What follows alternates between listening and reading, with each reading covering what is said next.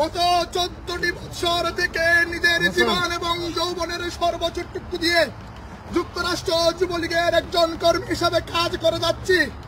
কিন্তু আজকে আপনারা যারা জননেত্রী শেখ হাসিনার নির্দেশে গতকাল রাতে আমি কারাগারে যাওয়ার পর থেকে আপনারা সকলেই না ঘুমে না খেয়ে পরিবার পরিজনকে সময় না দিয়ে কারাগারের বারান্দায় ছিলেন। আপনাদের সবাইকে আমার ব্যক্তিগত পক্ষ থেকে, আমার প্রিয় সংগঠন যুবলীগের পক্ষ থেকে ধন্যবাদ এবং কৃতজ্ঞতা জানাই।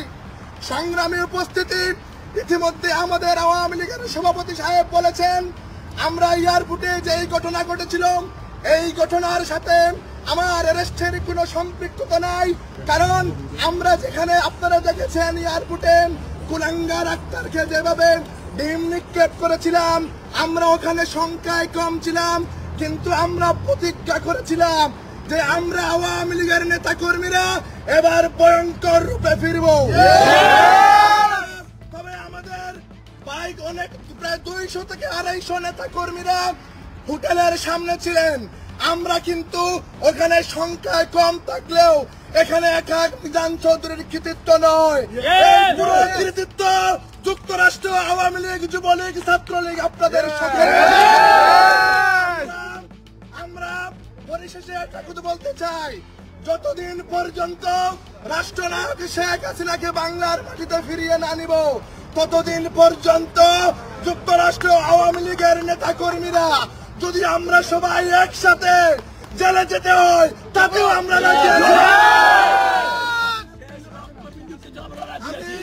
ধন্যবাদ দিতে চাই যুক্তরাষ্ট্র আওয়ামী লীগের সভাপতি, যিনি আমি জেলে যাওয়ার পর থেকে আমার পরিবারের সাথে যোগাযোগ করেছেন, মাননীয় নেত্রীর সাথে যোগাযোগ করেছেন, আপনারা সকলেই নেত্রীর সাথে যোগাযোগ করেছেন, আপনাদেরকেও ধন্যবাদ। প্রিয় বন্ধুরা আমার, আমি শুধু একটি কথা বলতে চাই, কাল রাতে যখন আমার হাতে হাত করানো পড়া হয়েছিল আমি গাড়িতে উঠার আগে বলেছিলাম শেখ হাসিনার কর্মীদেরকে দাবায় রাখা সম্ভব। গাড়িতে বসার পরে যখনই আমার বৃদ্ধ মায়ের কথা মনে পড়ে ওদের এই চোখ দিয়ে পানি আসছিল। আমি যখন প্রেজেন্টে গেছিলাম আমি পৃথিবী দেখি নাই, শুধু গোলাকার কালো দেখা যাচ্ছিল। আমি শুধু আমার বৃদ্ধ মায়ের কথা বলে চিন্তা করেছিলাম আমার অসুস্থ মা আরো বেশি অসুস্থ হয়ে পড়বেন।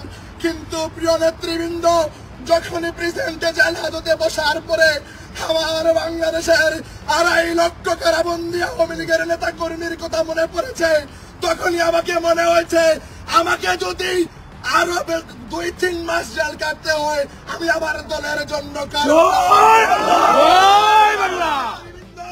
আপনারা জানেন গত 14টি মাস থেকে বাংলাদেশ আওয়ামী লীগের 4 কোটি নেতা কর্মীর মুখে কোনো হাসি নেই, ভিতরে কোনো সুখ নেই, শান্তি নেই। কিন্তু আমরা গতকালকে আওয়ামী লীগ পরিবার 14 সেকেন্ডের জন্য হলে আওয়ামী লীগের 4.5 কোটি নেতা কর্মীর মুখে হাসি ফুটাতে। আপনারা জানেন যখনই আমাদের তৃণমূলের নেতা কর্মীরা খুশি হয়েছিল সাথে সাথে আমাকে ওরা প্ল্যান করে গ্রেফতার করার পরে অনেকেই আপনার সেই হাসি মুখ চলে গেছিল।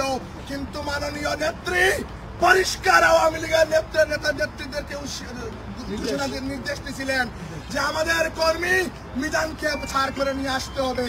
আমি গোটা আওয়ামী লীগ পরিবারের পক্ষ থেকে গণতন্ত্রের মানুষ কন্যা বঙ্গবন্ধুর কন্যা শেখ হাসিনাকে ধন্যবাদ, কৃতজ্ঞতা জানাতে চাই। মাননীয় নেত্রী, আমরা আওয়ামী লীগ পরিবার আজকে 2 হাত তুলে প্রতিজ্ঞা করছি, যতদিন পর্যন্ত আপনাকে বাংলার মাটিতে সসম্মানে নিব না, ততদিন পর্যন্ত বাংলাদেশে আওয়ামী লীগের 4.5 কোটি নেতা কর্মীদেরকে স্বাভাবিক এবং সুস্থ জীবনযাপন করা সম্ভব হবে না। ততদিন পর্যন্ত আমরা এদেরকে রাজরাস্তায় মোকাবেলা করব। আপনারা জানেন আমি অনেক ক্লান্ত, তারপরে এখানে শত শত মুজিব সৈনিকদেরকে দেখার পরে আজকে আমি পরিশেষে একটি রিকোয়েস্ট করতে চাই, মুজিব সৈনিককে দাবায় রাখা সম্ভব নয়। আমরা কালকে একজন মিজান জেল হাজতে গেছি, এখন আমরা সবাই জেল হাজতে রাজি আছি। তাই পরিশেষে আমরা একটা স্লোগান ধরতে চাই, একটাই স্লোগান, সেটা হচ্ছে শেখ হাসিনা। আপনারা ধরতে